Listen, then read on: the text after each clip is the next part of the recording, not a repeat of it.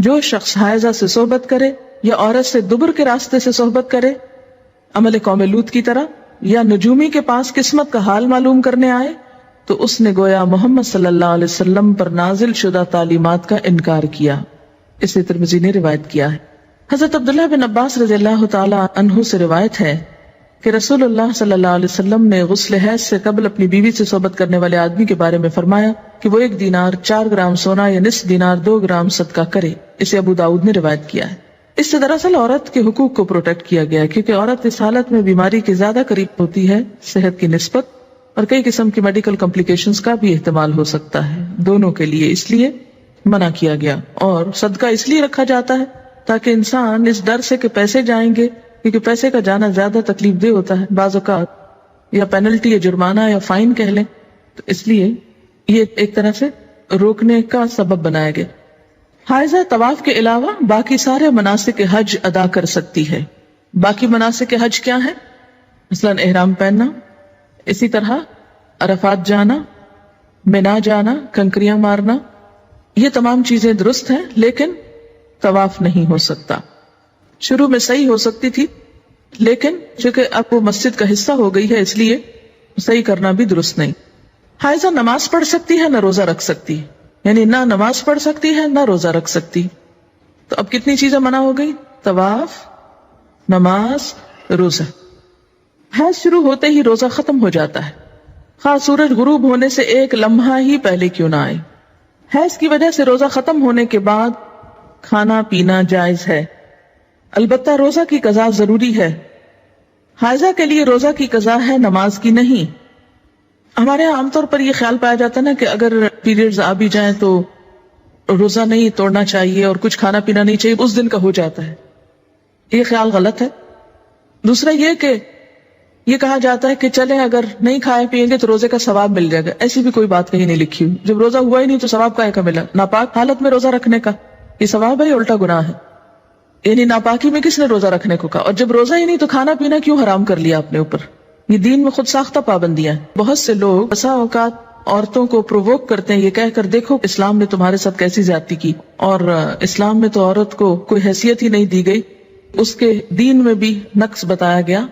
تو نقص اور نقصان کمی کے لیے ہے، کسی عیب اور خرابی کے لیے نہیں۔ اب آپ دیکھیے کہ نماز میں تو کمی ہوتی ہے، لیکن اس وقت میں جو ایک تکلیف کی اذیت کی کیفیت ہوتی ہے اس کا صلہ بھی ملتا ہے، کیونکہ اللہ تعالیٰ نے لکھ دیا ہے نا یہ۔ تو جو چیز اللہ تعالیٰ کی طرف سے آتی ہے اس پر انسان صبر کرے، جیسے بعضوں کو پین بہت ہے یا کوئی اور ایسی کیفیت ہے، تو یہ ایسے حالات میں صبر کرنا جو ہے وہ اجر کا سبب ہے۔ اگر ادھر سے کمی ہوئی تو ادھر سے بڑھ بھی گیا اجر، ٹھیک ہے۔ دوسری بات یہ کہ کمی سے مراد نمازوں کی تعداد میں کمی ہے، جس کو آپ بعد میں عام حالات میں نفل وغیرہ پڑھ کے بھی پورا کر سکتے ہیں، یا پھر یہ کہ کمی سے مراد اس اعتبار سے کمی بھی ہے کہ ایک مثلا تہجد کی روٹین آپ بناتے ہیں یا نمازوں میں خشوع خضوع کی روٹین بناتے ہیں، این ابھی آپ اس حالت میں ہوتے ہیں کہ نماز چھوٹ جاتی ہے، اب کیا ہو گیا؟ نہ صرف یہ کہ وہ چند دن نمازوں کی کمی ہوئی، بلکہ دوبارہ ایک اچھی حالت میں آنے کے لیے، دوبارہ سے نئی عادت بنانے کے لیے پھر ایک مشکل پڑ جاتی۔ تو بعض اوقات لوگ نماز ہی چھوڑ دیتے ہیں، وہ مشکل عادت پڑنے لگتی ہے کہ چھٹی ہو جاتی ہے، اور چھٹی ہوتے ہی پھر چھٹی کر لی جاتی ہے ساتھ۔ تو یہ ایک انسانی نفسیات بھی ہے۔ اس سے پھر دین میں پیچھے رہنے کا اندیشہ ہوتا ہے۔ یہ بتا کے الارم کیا گیا ہے، نہ کہ کوئی عیب بتانا مقصود ہے۔ کہ اگر آپ کو یہ بتایا جائے کہ آپ کے بزنس میں یا فلاں چیز میں کمی ہو جاتی ہے اس چیز سے، تو آپ کیا سوچتے ہیں؟ بزنس چھوڑ دوں، کام ہی چھوڑ دوں؟ نہیں، آپ سوچتے ہیں اچھا اس کمی کو پھر اور کہاں سے پورا کروں۔ کسی بھی چیز میں جب کسی بھی چیز کی کمی کا سبب بنتا ہے اور اس کو بتایا جاتا ہے یہ کمی ہونے لگی ہے، مثلا اگر کسی کو بتایا جائے کہ مارکیٹ میں فلاں پروڈکٹ نہیں آ رہی ہے جس کی وجہ سے فلاں کی سیل پر اثر پڑ جائے گا اور ایک دم کمی ہوگی، بزنس ڈاؤن ہوگا، تو انسان مایوس ہو کے بیٹھ نہیں جاتا، بلکہ کچھ اور سٹرگل شروع کرتا ہے کہ کسی اور طریقے سے کمی پوری کی جائے۔ تو یہاں بھی جب یہ بتایا گیا کہ میں نقصان دین ہاں، تو اس کا مطلب یہ ہے کہ اس کمی کو کسی اور طریقے سے پورا کیا جائے، یہ ایک خیرخواہی بھی ہو سکتی۔ اگر کوئی عورت رمضان میں فجر کی اذان سے پہلے حیض سے پاک ہو جائے اور غسل کا وقت نہ ہو تو پہلے روزہ رکھ کر بعد میں غسل کر سکتی، لیکن اگر اذان کے بعد پاکی ہوئی ہے، یعنی بعد میں بھی سپاٹ لگا ہے اور سورج نکلنے کے بعد آپ پاک ہو رہے ہیں اور نہا رہے ہیں اور روزہ آپ صبح سے رکھ چکے ہیں تو وہ روزہ نہیں ہوتا. کپڑے پر حیض کے خون کا داغ لگ جائے تو اتنی جگہ دھو کر اسی کپڑے پر نماز ادا کی جا سکتی ہے. حائضہ کے لیے مسجد میں ٹہرنا جائز نہیں، البتہ گزر سکتی ہے. حالت حیض میں جائے نماز کو ہاتھ لگانا، جائے نماز پر بیٹھنا، ذکر کرنا اور تسبیح اور تحلیل نیز دعا وغیرہ کرنا جائز ہے. یہ بعض اوقات لوگ تسبیح نہیں اٹھاتے یا جائے نماز نہیں اٹھاتے، تو یہ بات درست نہیں. حضرت ام عطیہ رضی اللہ تعالی عنہا سے روایت ہے کہ رسول اللہ صلی اللہ علیہ وسلم نے حکم دیا کہ دونوں عیدوں کے دن ہم حیض والی اور پردہ نشین یعنی تمام عورتوں کو عیدگاہ لائیں تاکہ وہ مسلمانوں کے ساتھ نماز اور دعا میں شرکت کریں. البتہ حیض والی عورتیں نماز نہ پڑھیں. اسے بخاری اور مسلم نے روایت کیا ہے.